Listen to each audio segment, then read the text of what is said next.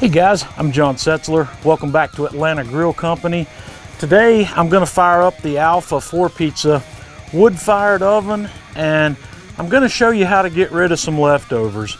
I've got some leftover pulled pork, I've got some leftover chicken, so let's make a wood-fired oven 4-cheese barbecue lasagna. So let's get started.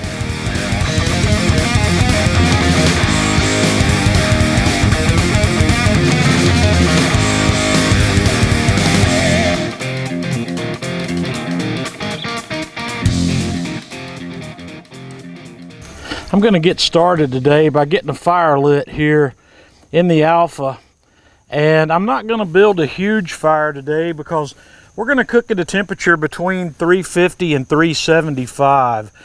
So while this fire is heating this grill up, we'll start getting our lasagna put together. We're going to get started here. I've taken some pulled pork out of the packages that I've had in the freezer, and I'm just going to take my knife and I'm going to get this chopped up into a fairly fine consistency. And when you get that to a consistency that you're happy with, just take it off your cutting board and put it into a mixing bowl. And I also have some chicken here that I want to give the same treatment. I'm going to take all this and kind of get it chopped up. And don't really worry about how much you need here. I've probably got 2 pounds of each of these, which is more than I need to make a lasagna. But whatever I don't use in a lasagna, I'm going to put back in bags, and this is going to be great on sandwiches. The next thing you want to do is take the meat that you've just chopped up and you want to put in some barbecue sauce. Whatever barbecue sauce you like will be the perfect one for this. And you just want to kind of toss this meat and get it coated and just get it sauced up nicely, just to whatever you think looks good. Now I'm going to get started putting the lasagna together.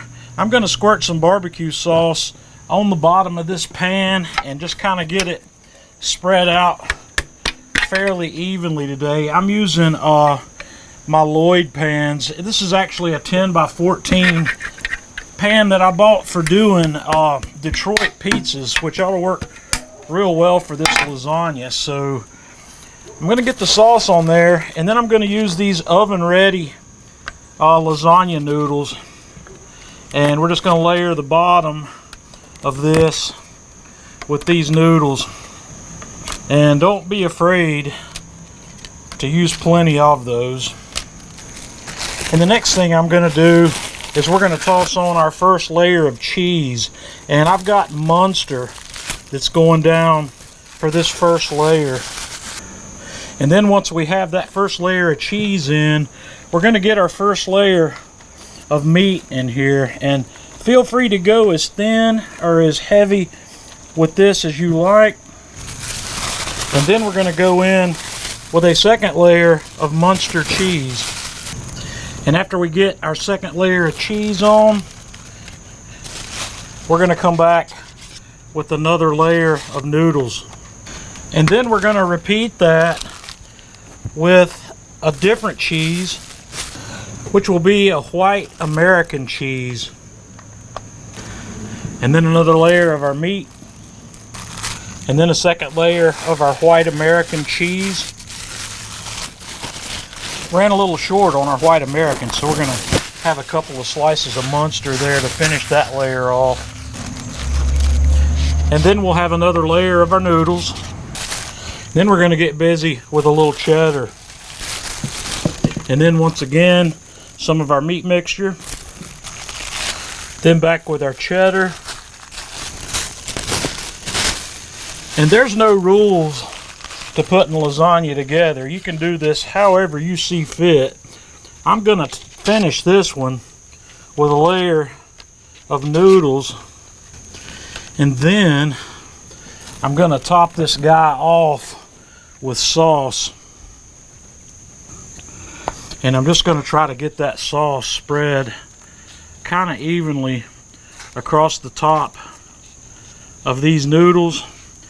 And our fourth cheese is coming near the end of the cook, so We'll go check on the oven and see if we're up to temperature yet. Okay, our oven temperature is about right where we want it. So I've set a trivet in there, so this is not sitting directly on the deck. And I'm gonna slide that guy in there, and we're gonna cook it for somewhere between 35 and 45 minutes.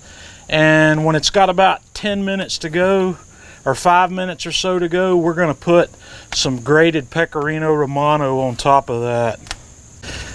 We're about 15 minutes in on this, and I'm gonna pull it out, give it a little spin, and I'm gonna add a little more barbecue sauce here to the top and put that guy right back in there. Okay, this is about ready for the next step.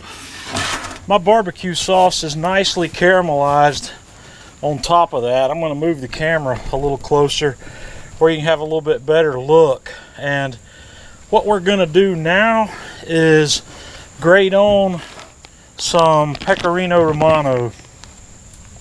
I'm just going to get a nice heavy coat of this all over the top. Actually, I'm going to pull it off where I've got more room to work. So that's about what I want that to look like with the Pecorino Romano on top. We're going to put it back in there for about 5 more minutes. And after just a couple more minutes, this guy is ready. So we're going to let that cool, and we're going to take a slice out of it. Okay guys, I've let this cool a bit, and this has come out extremely well.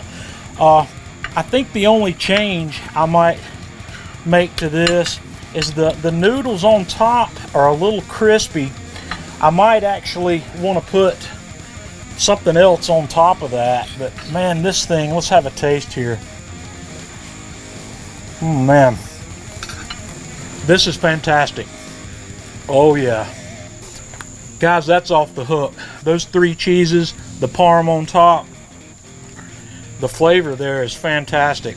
Let's have a look in the pan here. There's where I took the slice out of that. It's kind of hard to see out here. The light is not in my favor. So yeah, this is plenty juicy, plenty tender, and that barbecue tastes amazing in there.